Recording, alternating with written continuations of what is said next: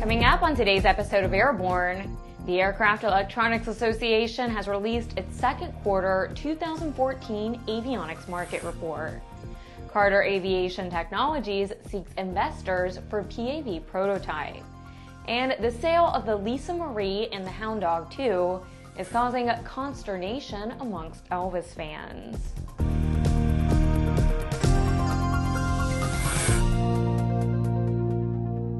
Welcome to Airborne on Aero TV. I'm Ashley Hale. The Avionics market report for the second quarter of 2014 has been released by the AEA. Tom Patton reports. In the three-month period of April, May, and June 2014, total worldwide business and general aviation avionics sales amounted to just over $652 million. The figure represents a 2.7% increase in sales compared to the second quarter 2013, as reported a year ago by the participating companies. The amount of sales also marked a slight uptick in total sales from the first 3 months of the year, as first quarter sales amounted to more than $651 million. Combined with the first quarter sales figures, total worldwide sales now exceed $1.3 billion through the first 6 months of the year, a 6.8% increase when compared to the first 6 months of 2013. For Airborne, I'm Tom Patton.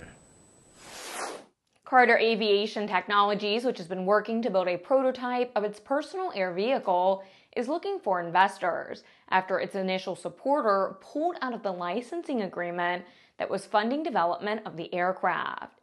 Maryland-based AAI Corps has released the technology and provided money for the venture, and the Wichita Falls Economic Development Corporation joined the effort in 2009.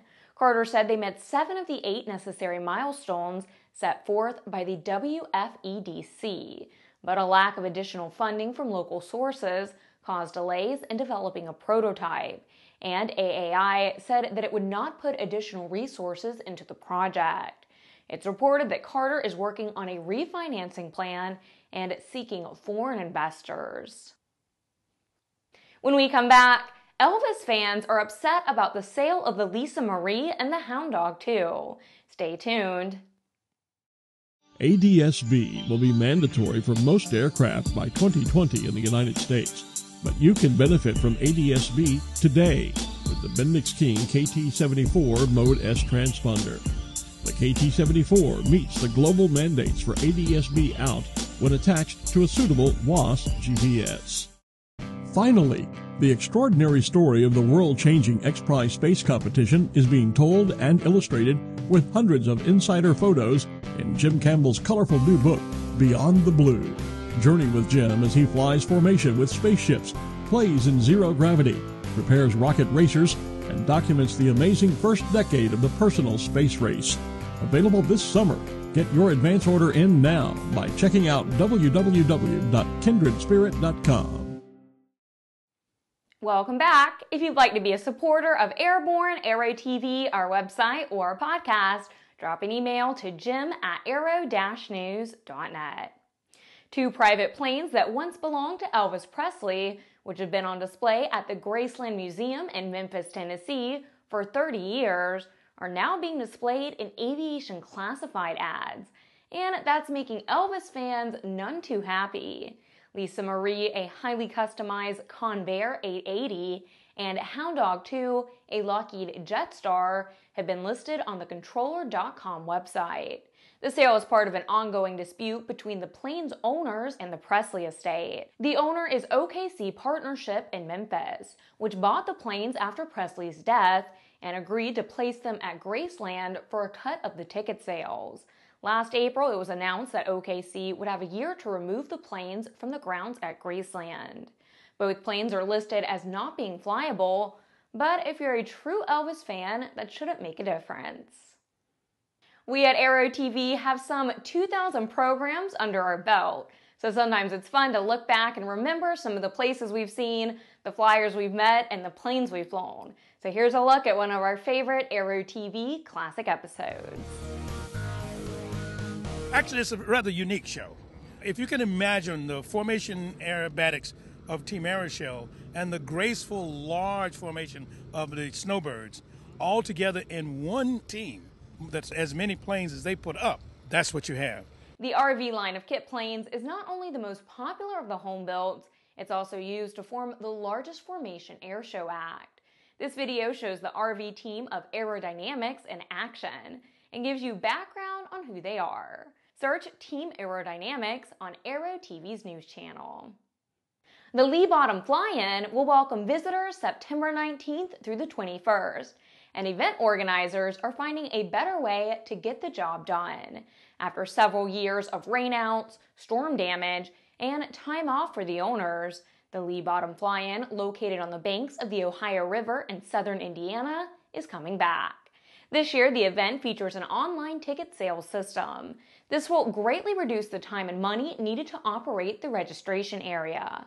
By requiring attendees to purchase their tickets online before leaving for the fly-in, everything at the event will be streamlined. People who purchase their tickets by midnight of September 16th get a 25% savings. Also being featured this year is the opportunity to sponsor one of 48 new runway maker cones for $100. Sponsors may write their names on the cones before placing them on the runway. The entry fee will be included in the sponsorship. If you're looking for good old-fashioned hometown aviation, the Lee Bottom Flyin is the place to be. Airborne is brought to you by some of the best sponsors in the aviation business. We'll be right back with more news. Since the early days of powered flight, pilots have struggled with landing in crosswinds. In fact, crosswinds and wind gusts cause more landing accidents than fog, thunderstorms, and icing combined. That's where the Redbird X-Wind SE comes in. By placing pilots in gusty crosswind conditions for extended periods of time, the X-Wind SE gives instructors all the time they need to teach the pilot the proper techniques for landing in crosswind conditions. For more information on Redbird X-Wind SE and Redbird's entire line of flight training devices, visit www.redbirdflightsimulation.com. Welcome back. A mission team selecting a landing site on a Comet is something that has never been done before, but soon the Philae lander will be the first spacecraft ever to land on a Comet and conduct stationary measurements. The ESA Rosetta spacecraft and the Philae lander began their journey to their final destination 10 years ago. As the spacecraft approached their target, the task of the lander team, which is led by the German Aerospace Center, has not been easy. The ideal landing site, one with a flat surface, plenty of hours of sunlight, good accessibility, and ensuring optimal scientific conditions, has not yet been discovered on the Comet. But 5 possible candidates have been selected. The lander team will take a closer look at the 5 possible candidate sites and choose 2 finalists. In October, after more detailed analysis, the final landing site will be determined. The much-anticipated landing is scheduled to occur on November 11th. This past June, due to concerns about public safety, wildlife disturbance, and potential impact to the visitor experience and park resources, the National Park Service enacted an interim policy banning the operation of unmanned aircraft at Yellowstone National Park.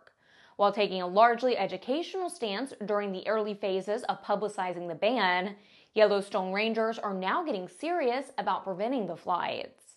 Incidences have occurred that seem to validate the concern of the National Park Service. In a couple of cases, action has been taken against violators. The prohibition on operation of unmanned aircraft in Yellowstone National Park was included in the 2014 update to the Superintendent's Compendium. This ban is being strongly enforced at Yellowstone, and violators will be contacted, investigated, and may be subject to confiscation of their unmanned aircraft, a mandatory court appearance, and fines.